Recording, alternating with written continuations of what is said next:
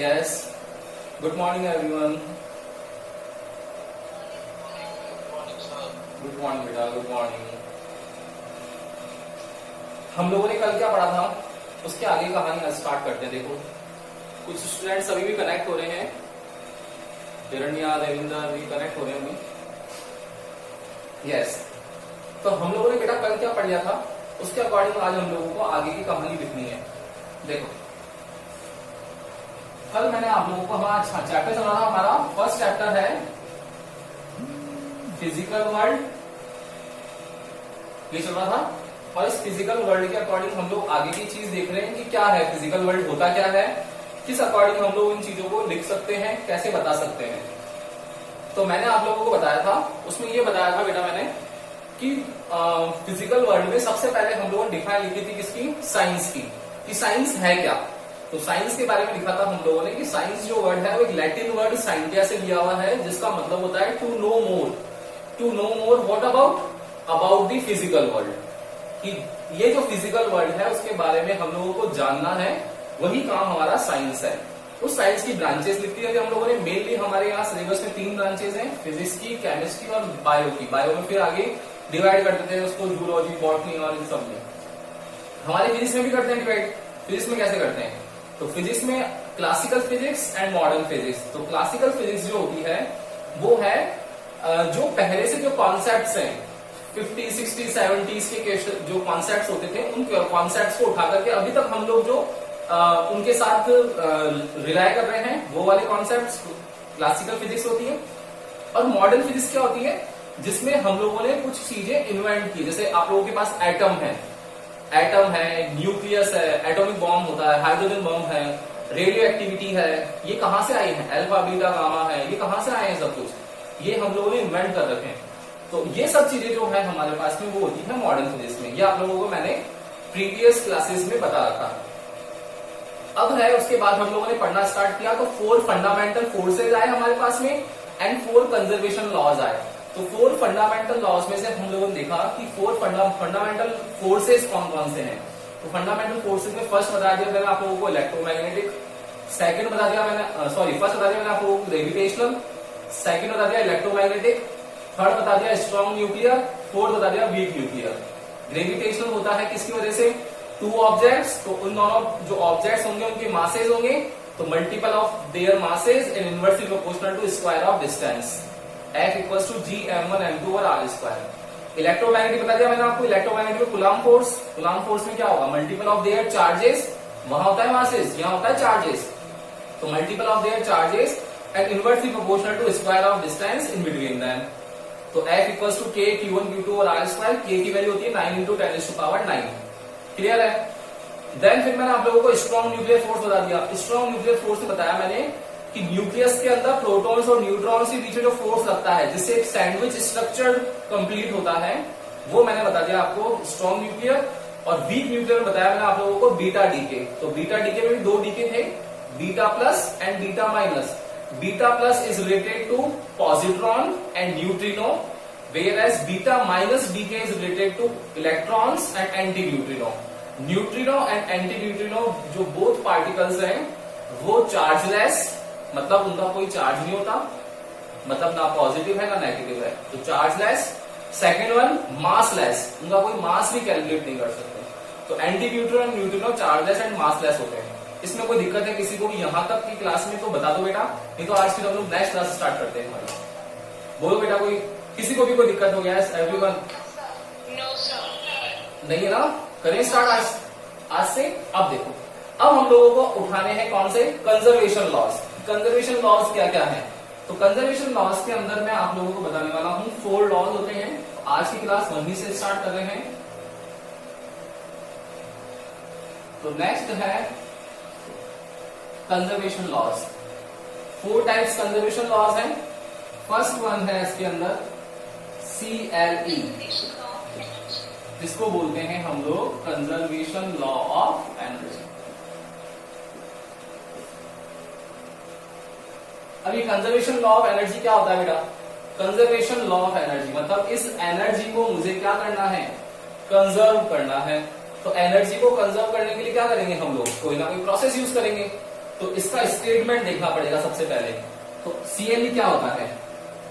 तो according to this law क्या होगा? वही चीज, the energy can not be created nor be destroyed, it can be changed from one form to another form. ये तो आप लोगों की छोटी क्लासेस थी 8th 9th 10th इसमें लिखा करते थे। अब आप लोगों को उसी स्टेटमेंट को ये भी तो लिख सकते हैं अनदर वर्ड्स में, क्या कि if the total energy remains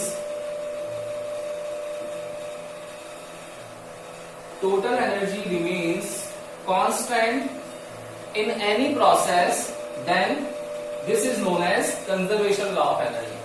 अगर किसी भी एक प्रोसेस में टोटल एनर्जी मेरी कंजर्व रह जाए, टोटल एनर्जी का मतलब क्या है कि हो सकता है एक प्रोसेस है जिसमें एक ऑब्जेक्ट है, वो मूव कर रहा है A टू B में, एंड देन मूव कर रहा है B टू C में। तो हम लोग बोल रहे हैं कि जब ऑब्जेक्ट मूव कर रहा है फ्रॉम A टू B में, तो हो सकता है यहाँ पर एनर्जी E1 और E2 ले ली, लेट्स सपोज मैंने, तो एनर्जी E1 मेरी इंक्रीज कर रही हो, E2 डिक्रीज कर रही हो। लेकिन जैसे ही हम लोग यहां से नीचे आ गए पॉइंट B पर, तो पॉइंट B पर आते ही क्या हुआ, लेट्स सपोज E1 की वैल्यू अब कम होने लग गई और E2 जो है मेरा इंक्रीज होने लग गया। हो सकता है ना कि भाई नीचे गिर रहा है जैसे जैसे, तो एनर्जी इसकी तो कम होती जा रही है और E2 जो है वो इंक्रीज होता जा रहा है। फिर थर्ड केस में क्या होगा, E1 और कम हो जाएगा एंड E2 और ज्यादा हो जाएगा, यही तो होगा। तो E1 पहले बहुत ज्यादा था फर्स्ट केस में पोजीशन A पर, देन इसके बाद E2 कम था वहां पर, सेम ऐसा ही पॉइंट B पर अब E1 कम होने लग गया एंड E2 जो है वो B एंड C पर राइज करने लग गया। तो एनर्जी देखो एक तो कम हो रही है, एक बढ़ रही है, लेकिन इन दोनों एनर्जी का ईच एंड एवरी पॉइंट पर, इन दोनों एनर्जी का जो सम होगा ना E1 प्लस E2, ये जो सम होना चाहिए ये क्या होना चाहिए, कांस्टेंट होना चाहिए। आया समझ में? आया कि भाई मुझे मिलाकर 10 रुपीज करने, मेरे पास मुझे 10 रुपीज चाहिए।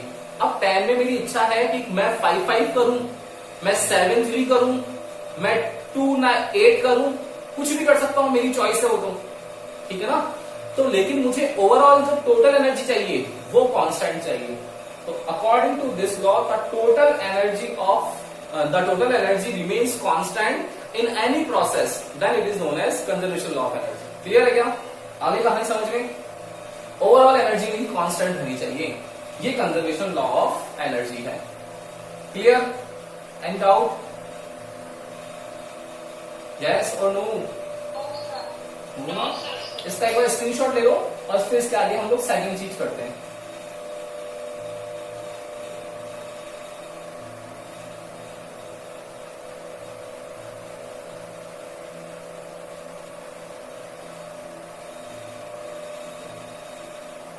Yes, taken?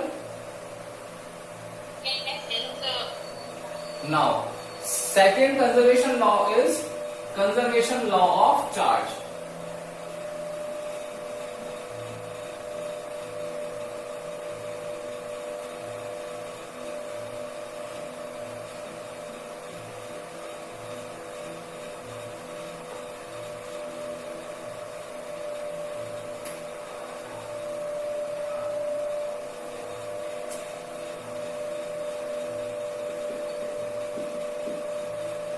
Second is CLC,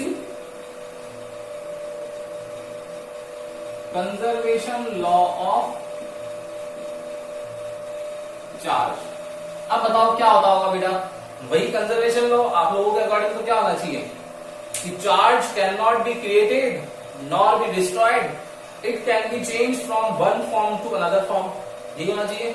या फिर हम लोग और क्या लिख सकते हैं कंजर्वेशन लॉ ऑफ चार्ज के अंदर कि according to this law the total charge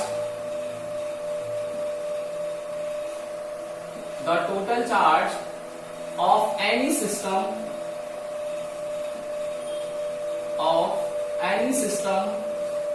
remains constant। if the total charge of any system remains constant, then it is known as conservation law of charge। अब कैसे होता है इसमें भी, तो वही एनर्जी वाला कॉन्सेप्ट, क्या कि अगर लेट सपोज मेरा एक सिस्टम है, इसको मैंने नाम दे दिया कोई सिस्टम है। इस सिस्टम में डिफरेंट डिफरेंट पॉइंट्स पर डिफरेंट डिफरेंट चार्जेस रखे हैं।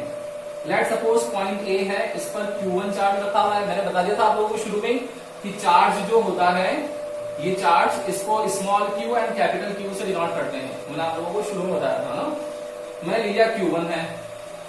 पॉइंट बी पर हो सकता है माइनस का Q2 अवेलेबल हो, पॉइंट सी है यहाँ पर प्लस का Q3 हो, पॉइंट डी है यहाँ पर माइनस Q4 हो, कुछ भी पॉसिबल है सिस्टम के अंदर चार्ज। तो अब हम लोग बोल रहे हैं कि इस सिस्टम का जो टोटल चार्ज होगा, इस सिस्टम का टोटल चार्ज होगा वो क्या रहना चाहिए, कांस्टेंट रहना चाहिए। कांस्टेंट कैसे कि टोटल चार्ज निकालना, तो चार्ज टोटल के लिए लगा दिया सबस्क्रिप्ट टी, तो टोटल चार्ज विल भी क्या होगा, जो भी आप लोगों के पास में चार्जेस है उनको सबको एड ऑन कर दो। देखो तो Q1 फिर प्लस माइनस Q2 फिर plus Q3 plus minus Q4, तो टोटल मेरा चार्ज कितना आएगा, Q1 minus Q2 plus Q3 minus Q4, total charge आएगा। आ गया। अब ये जो टोटल चार्ज होना चाहिए ये कांस्टेंट होना चाहिए, ये कांस्टेंट होना चाहिए। तो अब मुझे बताओ कि मेरी Q1 Q2 Q3 Q4 की वैल्यू कुछ भी हो सकती है ना बेटा, हो सकती है या नहीं हो सकती है भाई। Q1 Q2 Q3 Q4 की वैल्यू कुछ भी हो सकती है। क्यों? क्योंकि हम लोगों को यहाँ पर इन वैल्यूज से, इंडिविजुअल वैल्यूज से कोई मतलब नहीं रहा। हम लोगों को क्या करना है, हमारा ओवरऑल चार्ज की वैल्यू कांस्टेंट करनी है। मुझे टोटल चार्ज जो है मेरा वो कांस्टेंट चाहिए। मुझे individual Q1 Q2 Q3 Q4 की वैल्यू कुछ भी हो सकता है कुछ भी हो, लेकिन मेरा ओवरऑल चार्ज क्या आना चाहिए, कांस्टेंट आना चाहिए। कैसे? फॉर एग्जांपल एक बार और देखो, इस एग्जांपल को हम लोग ऐसे और समझ सकते हैं ना। देखो इस चीज को कि लेट सपोज मुझे किसी सिस्टम को चार्ज देना है 20 कूलम, मुझे किसी सिस्टम को चार्ज देना है 20 कूलम। अब आप लोग बोलोगे कि सर इस सिस्टम के अंदर क्या क्या पॉसिबिलिटी है। तो एक पॉसिबिलिटी है कि किसी पॉइंट ए पर यहां पर प्लस 5 कूलम हो और पॉइंट बी पर देखो प्लस 15 कूलम हो। ओवरऑल चार्ज कितना आएगा, 20 कूलम। एक पॉसिबिलिटी ये भी है कि उस सिस्टम के पास में एक पॉइंट पर चार्ज हो plus 40 coulomb and point B पर हो माइनस 20 कूलम। देखो ओवरऑल चार्ज अब भी 20 आएगा। एक पॉसिबिलिटी ये भी हो सकती है कि ये सिस्टम है, इस सिस्टम में 3 पॉइंट्स है। पॉइंट ए पर चार्ज दे दिया मैंने 10 कूलम, पॉइंट बी पर दे दिया मैंने 10 कूलम एंड पॉइंट सी पे दे दिया मैंने माइनस 5 कूलम। नहीं आएगा? यहां दे दो,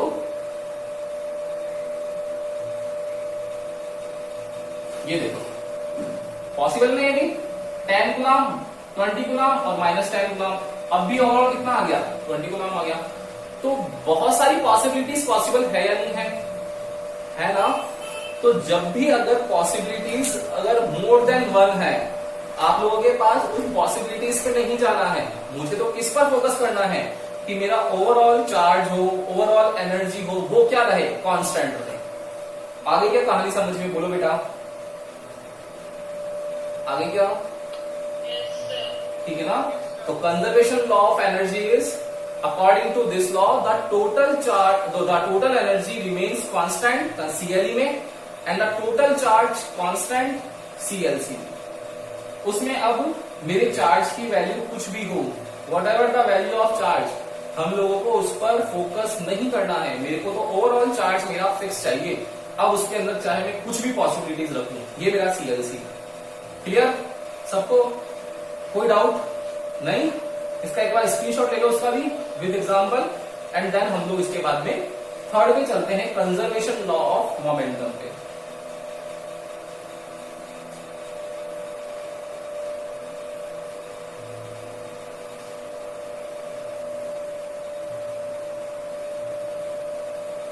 यस डन,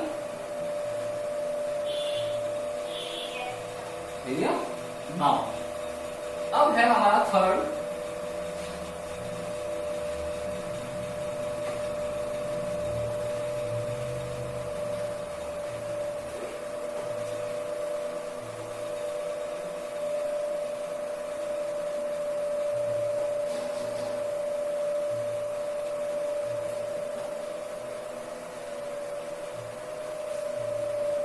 नेक्स्ट थर्ड है हमारा यहाँ पे बेटा conservation law of momentum, CLM।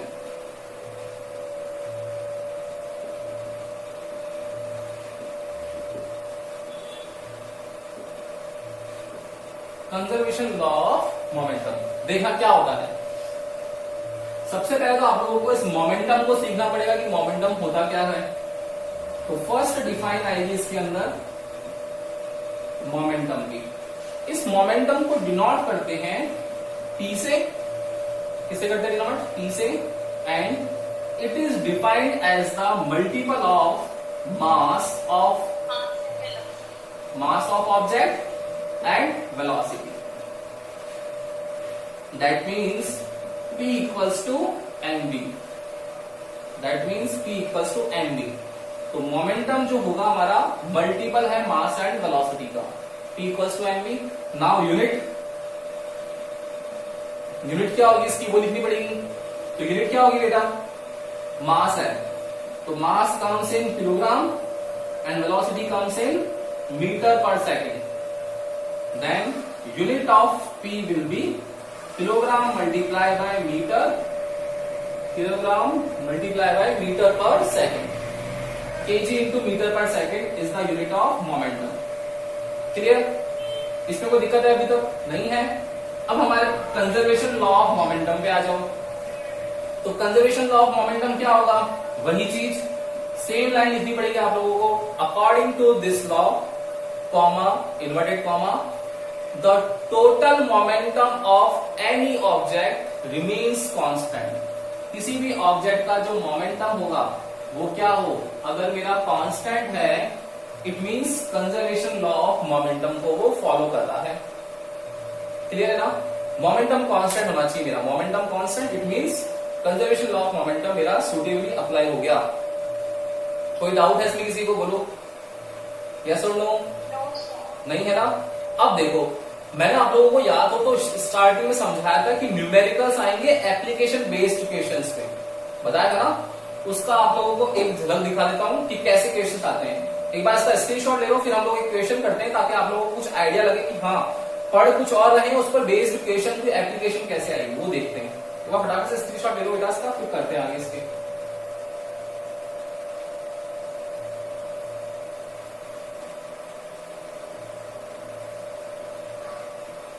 Gas लिया?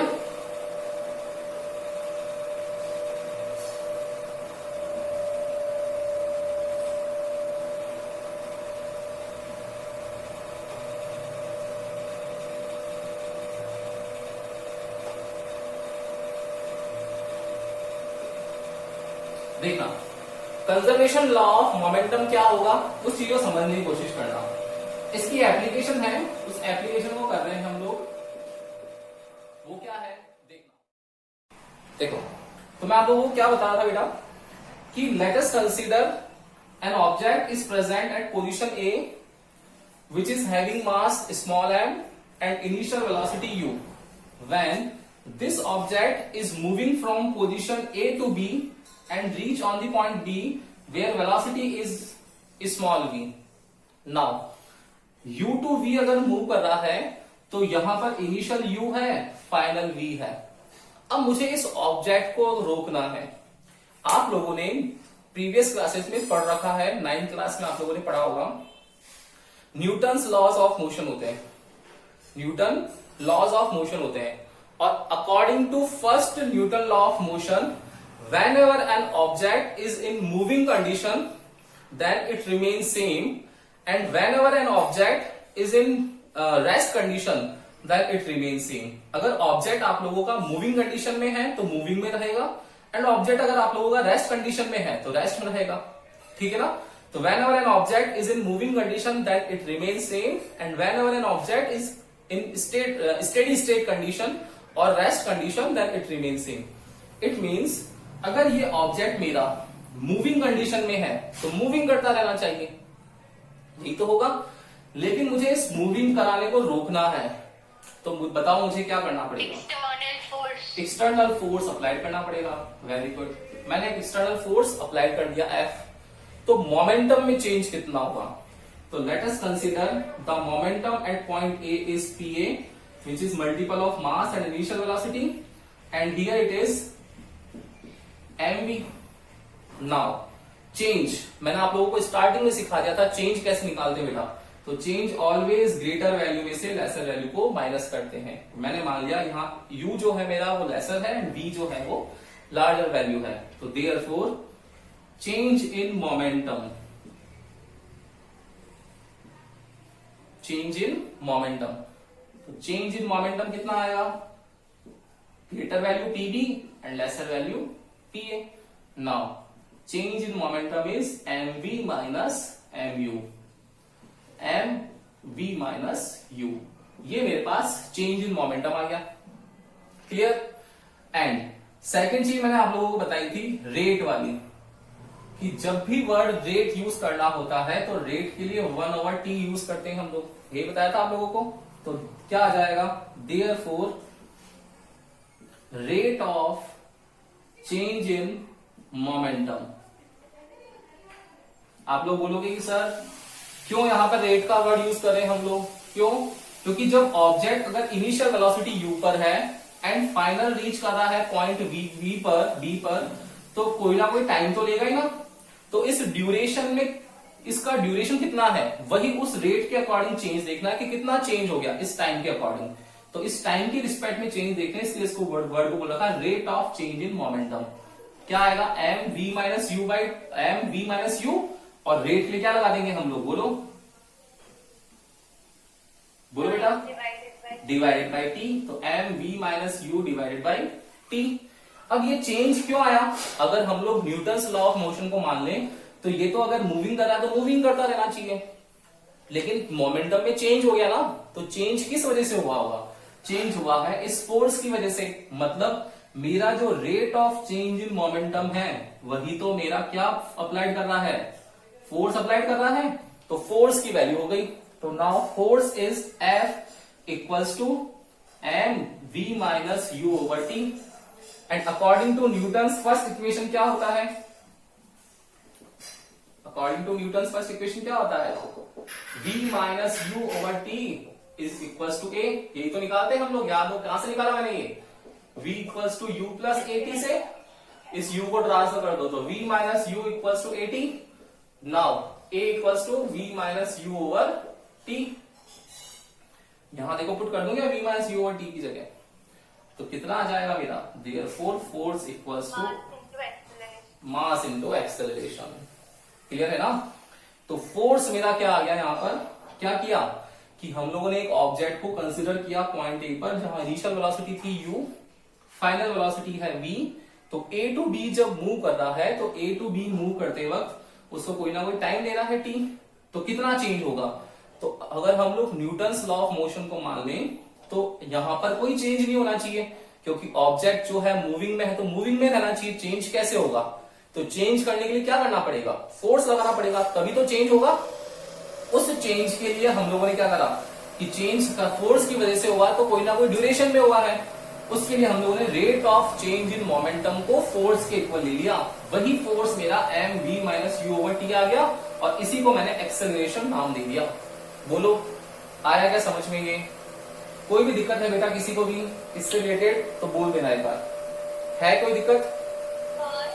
यस नहीं है ना कोई दिक्कत, यस बोलो बेटा।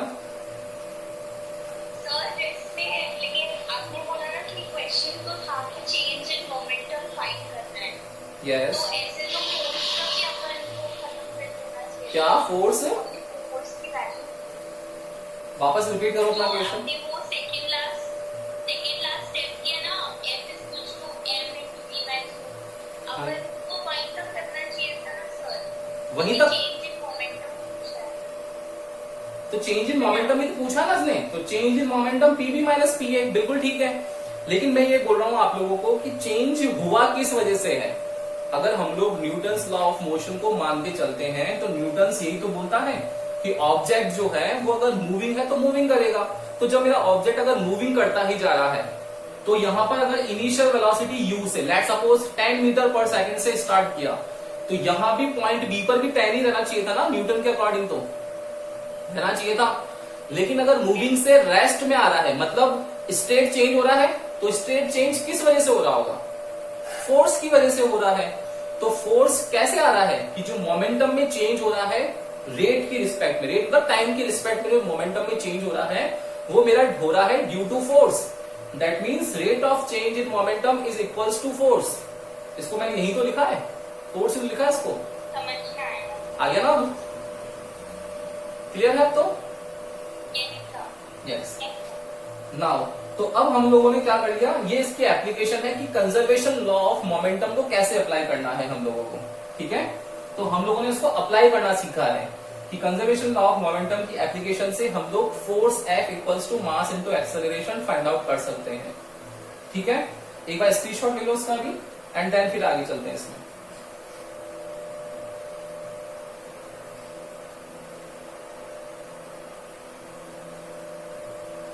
यस, ले लिया? yes, sir. Now Yes, sir.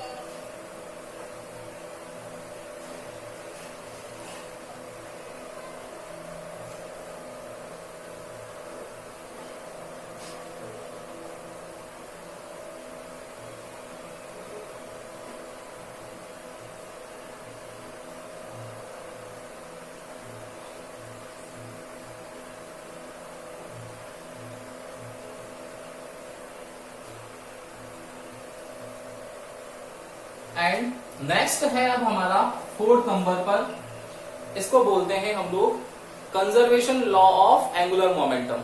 तो फोर्थ वन है हमारा CLAM,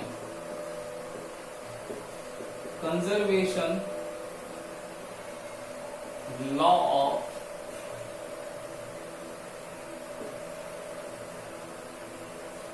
एंगुलर मोमेंटम। अब ये क्या है बेटा, ये सीखना है हम लोगों को। तो conservation law of angular momentum को देखना कैसे सीखना है। ऑब्जेक्ट्स जो होते हैं वो मूविंग करते हैं, तो moving objects always two phase में रहते हैं। कौन कौन सी फेज में? एक फेज होती है उनकी लीनियर फेज एंड एक होती है इसकी सर्कुलर फेज। लीनियर फेज का मतलब क्या है? लेट सपोज देखो एक ऑब्जेक्ट है, ये एक ऑब्जेक्ट है, इस ऑब्जेक्ट का मास गिवन है m, मैंने इस ऑब्जेक्ट पर फोर्स लगा दिया F, तो क्या होगा? ये ऑब्जेक्ट लीनियरली मूव करेगा। लेकिन अगर एक ऑब्जेक्ट है मेरा और वो ऑब्जेक्ट यहां पर प्रेजेंट है इस पोजीशन पर, तो ये पोजीशन से ऑब्जेक्ट मेरा मूव करेगा ऑलवेज सर्कुलर पाथ पे, करेगा नहीं करेगा? जिसकी सेंटर से डिस्टेंस हमेशा फिक्स रहेगी, किसी भी पॉइंट पर आ जाए ऑलवेज डिस्टेंस फिक्स रहेगी। इसका मतलब हो गया कि जो ऑब्जेक्ट्स आ रहे हैं हमारे पास, उसके पास एक मोशन हो गया उसका लीनियर मोशन, दूसरा मोशन हो गया उसका सर्कुलर मोशन। तो linear motion and circular motion को डिफाइन करना पड़ेगा अलग अलग कि कौन कौन सी क्वांटिटीज कहां कहां काम आएगी। तो जैसे ही आप लोग लीनियर क्वांटिटी में आते हो, अभी तक आप लोगों ने जितने भी मोशंस पढ़े हैं वो सब लीनियर मोशन पढ़ रखे हैं प्रीवियस क्लासेस तक। सर्कुलर मोशन का इंट्रोडक्शन सबसे पहले आप लोगों का 11th क्लास में ही होता है। क्या होगा सर्कुलर मोशन वो देखना। लीनियर मोशन में हम लोग चीजें जो यूज करते हैं वो कौन से करते थे, आप लोगों को याद हो तो यहाँ पर हम लोग मास के लिए यूज करते हैं क्या? m। लेकिन यहाँ अब मास के लिए m यूज नहीं करते, यहाँ पर हम लोग यूज करते हैं उसकी जगह इनर्शिया। उसको डिनोट करते हैं किससे? I से। जैसे हम लोग यहाँ इनिशियल वेलोसिटी यूज करते हैं क्या? Small u। वैसे ही यहां पर इनिशियल वेलोसिटी के लिए यूज करते हैं ओमेगा। ऐसा सिंबल होता है, देखो W है और इसको ऊपर से हम लोगों ने ऐसे टिल्ट कर दिया थोड़ा सा, इस सिंबल को बोलते हैं ओमेगा। तो इसको बोलेंगे ओमेगा नॉट से डिनोट करते हैं। सेम ऐसा ही अगर फाइनल वेलोसिटी है आप लोगों की, इसको डिनोट करते हो यहां पर V से, यहां करते हैं फाइनल वेलोसिटी को किससे? ओमेगा से डायरेक्ट। एक ओमेगा नॉट और ओमेगा यहां होता है U एंड V। फिर यहां पर हम लोग फोर्स को डिनोट करते हैं किससे? F से। लेकिन यहां फोर्स कौन सा होता है? एंगुलर फोर्स होता है, और इस एंगुलर फोर्स को डिनोट करते हैं इस सिंबल से। देखो आप लोगों के जो हिंदी वर्ड होता है उसमें लिखता है चेयर टाइप में, आधा चेयर। देखो इस सिंबल को बोलते हैं टाउ, TAU। टाउ नहीं बोलेगा कोई भी, है ना? टाउ है टाउ। तो ये सिंपल हो गया मेरा टाउ, ये हो गया ओमेगा। तो angular force is tau. Next है यहां पर मोमेंटम।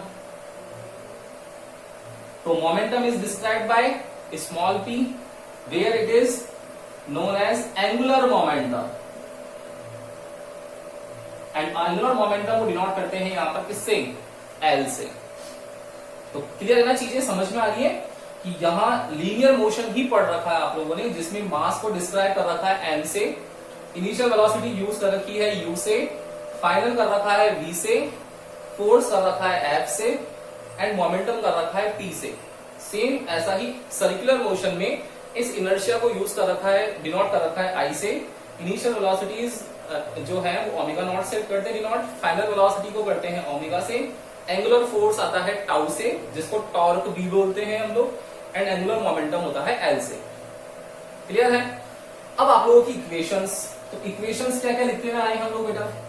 क्या क्या इक्वेशंस लिखते आए हैं कि आप लोगों की लीनियर मोशंस में इक्वेशन आप लोग लिखते थे, जैसे v equals to u plus at। तो यहां पर बताओ क्या आ जाएगा, बोलो। फाइनल की जगह क्या आएगा? v की जगह क्या आने वाला है मेरा? ओमेगा। ओमेगा। u की जगह क्या आने वाला है मेरा? Omega naught. ये ओमेगा नॉट। यहां एक्सेलरेशन होता है, यहां देखो ये एक्सेलरेशन है, इसको डिनोट करते हैं किससे? a से। लेकिन यहां का जो एक्सेलरेशन होता है, इस एक्सेलरेशन डिनोट करते हैं अल्फा से। यस। आपने ऊपर नीचे इनिशियल वेलोसिटी में ओमेगा लिखा है। कहां पर? यहां पर सर्कुलर। हाँ, इनिशियल वेलोसिटी है ना ओमेगा नॉट। तो सर ऊपर आपने तो ऊपर भी कहीं करा, अरे इनिशियल के लिए ओमेगा नॉट, फाइनल के लिए ओमेगा। तो देखो फाइनल के लिए v की जगह लिख दिया ओमेगा, u की जगह लिख दिया ओमेगा नॉट। क्या दिक्कत होगी इसमें? आया समझ में? सर आपने वो ऊपर लगाया है, क्या लगाया है? नॉट ना मुझे लगा तो आपने ऊपर लगाया सर। नहीं नहीं, initial velocity omega naught, final velocity omega. तो v equals to u plus a t में v की जगह ओमेगा, u की जगह ओमेगा नॉट। यहाँ एक्सेलरेशन डिनोट करते हैं a से, यहाँ एक्सेलरेशन डिनोट करते हैं इस सिंबल से, इसको बोलते हैं अल्फा। अल्फा तो यहाँ पे क्या आ जाएगा? अल्फा और t। क्लियर है ना? तो इस तरीके से यहाँ पर फिर सेकंड डिफाइन किया आप लोगों की, s equals to ut plus half at square. यहाँ s क्या था? डिस्प्लेसमेंट। तो यहाँ जो डिस्प्लेसमेंट होगा, उस डिस्प्लेसमेंट डिनोट करते हैं किससे? s से। लेकिन यहाँ डिस्प्लेसमेंट को डिनोट करते हैं किससे? थीटा से। बताओ क्या आएगा? s की जगह लिख देंगे हम लोग same equation, theta equals to, बताओ u की जगह क्या आने वाला है बेटा? ओमेगा नॉट टाइम t ही रहेगा, यहां पर भी सेम ही रहता है, प्लस हाफ a की जगह क्या आ जाएगा? Alpha t square. ठीक है। थर्ड होती है equation v square equals to u square plus 2as। यहां क्या आ जाएगी बताओ? Omega square equals to omega naught square plus twice of a की जगह अल्फा, s की जगह theta, twice of alpha theta. Same ऐसा ही फॉर्मूला आता है, आप लोगों ने अभी भी लिखा, फोर्स इक्वल्स टू ma लिखा। यहां पर क्या आ जाएगा? एंगुलर के अंदर फोर्स की जगह क्या लिखेंगे हम लोग? यहाँ फोर्स F है, यहाँ एंगुलर फोर्स है टॉर्क, तो टॉर्क T, टाउ। m की जगह क्या लिखेंगे? मास की जगह क्या लिखते हैं? इनर्शिया। तो ये I, a की जगह क्या लिखते हैं? अल्फा, तो tau equals to I alpha. आया समझ में? आ रहा है? चीजें आ रही समझ में भाई? सबको आ रही है? क्लियर है ना? कि लीनियर में हम लोगों ने अभी तक प्रीवियस क्लासेस में 10 तक आप लोगों ने लीनियर मोशन ही पढ़ा है। सर्कुलर मोशन इंट्रोड्यूस आप लोगों को 11th क्लास में होता है। तो सर्कुलर मोशन की एक टर्म होती है एंगुलर मोमेंटम। तो conservation law of angular momentum को एक्सप्लेन करने से पहले आप लोगों को linear motion and circular motion की टर्मिनोलॉजी के बारे में पता होना चाहिए कि इसकी रिलेटेड टर्मिनोलॉजी कौन सी है। तो रिलेटेड टर्मिनोलॉजी हम लोगों ने केवल लीनियर मोशन की पढ़ रखी है, इसकी नहीं पढ़ रखी है। फॉर्मूलाज दोनों के सेम होते हैं, फर्क सिर्फ और सिर्फ किसमें आता है? उनको डिनोट करने के तरीके में। तो यहां पर जो डिनोट करते हैं उनको सीख लो इसमें। तो देख लिया हम लोगों ने, फर्क यही आ गया, कुछ फर्क नहीं है। लीनियर के अंदर ये इक्वेशंस लिखते हुए आए हैं, अब इसको चेंज कर लो तो एंगुलर में ये हो जाएगी। F इक्वल्स टू m में लिखा है तो torque equals to I alpha, कोई प्रॉब्लम ही नहीं होगी इसमें अंदर। ठीक है ना? तो एक बार इसका स्क्रीनशॉट ले लो फटाफट से, जल्दी से।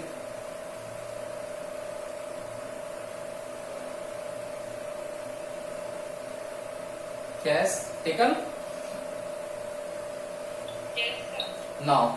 तो conservation law of angular momentum क्या होगा बताओ हमारा, क्या होना चाहिए? स्टेटमेंट 4 पढ़ लिया आप लोगों ने, 4 कंजर्वेशन लॉस पढ़ लिए, तो इस अकॉर्डिंग क्या होना चाहिए था, बोलो क्या होना चाहिए था? Conservation law of angular momentum मतलब किसी भी ऑब्जेक्ट का एंगुलर मोमेंटम कांस्टेंट रह जाए। क्या? किसी भी ऑब्जेक्ट का अगर एंगुलर मोमेंटम कांस्टेंट रह जाए वही तो कंजर्वेशन लॉ है। तो एंगुलर मोमेंटम को डिनोट किससे करते हैं? देखो एंगुलर मोमेंटम यहां लिखा था P, यहां लिखते हैं L। तो एंगुलर मोमेंटम L जो होना चाहिए वो क्या होना चाहिए हमारा? कांस्टेंट होना चाहिए।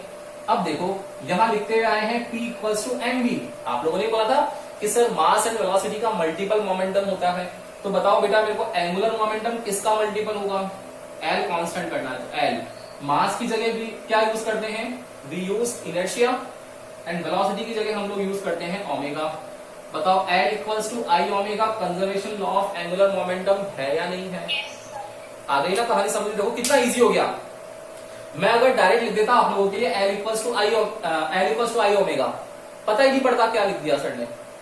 लेकिन अगर हम लोग momentum P equals to mv लिख करके L equals to I omega को डिफाइन करेंगे तो हम लोगों को पूरा समझ में आएगा कि यहाँ पर ये जो इसका ये पार्ट है लीनियर मोशन और सर्कुलर मोशन वाला, उसमें क्या डिफरेंशिएट कर रहा है। आ गया होगा समझ में? अब आप लोगों का चैप्टर भी कंप्लीट हो गया, 4 fundamental forces and 4 conservation laws. Clear है? यहाँ तक कोई दिक्कत नहीं है ना? इसके आगे हम लोग कल से करेंगे कुछ questions and then second chapter move करेंगे, और वहां से आप लोगों की फिजिक्स एक्चुअली में स्टार्ट होगी सेकंड चैप्टर से। ये केवल एक बेसिक आइडिया था आप लोगों को, ठीक है? तो हम लोग कल करेंगे। Okay, good day.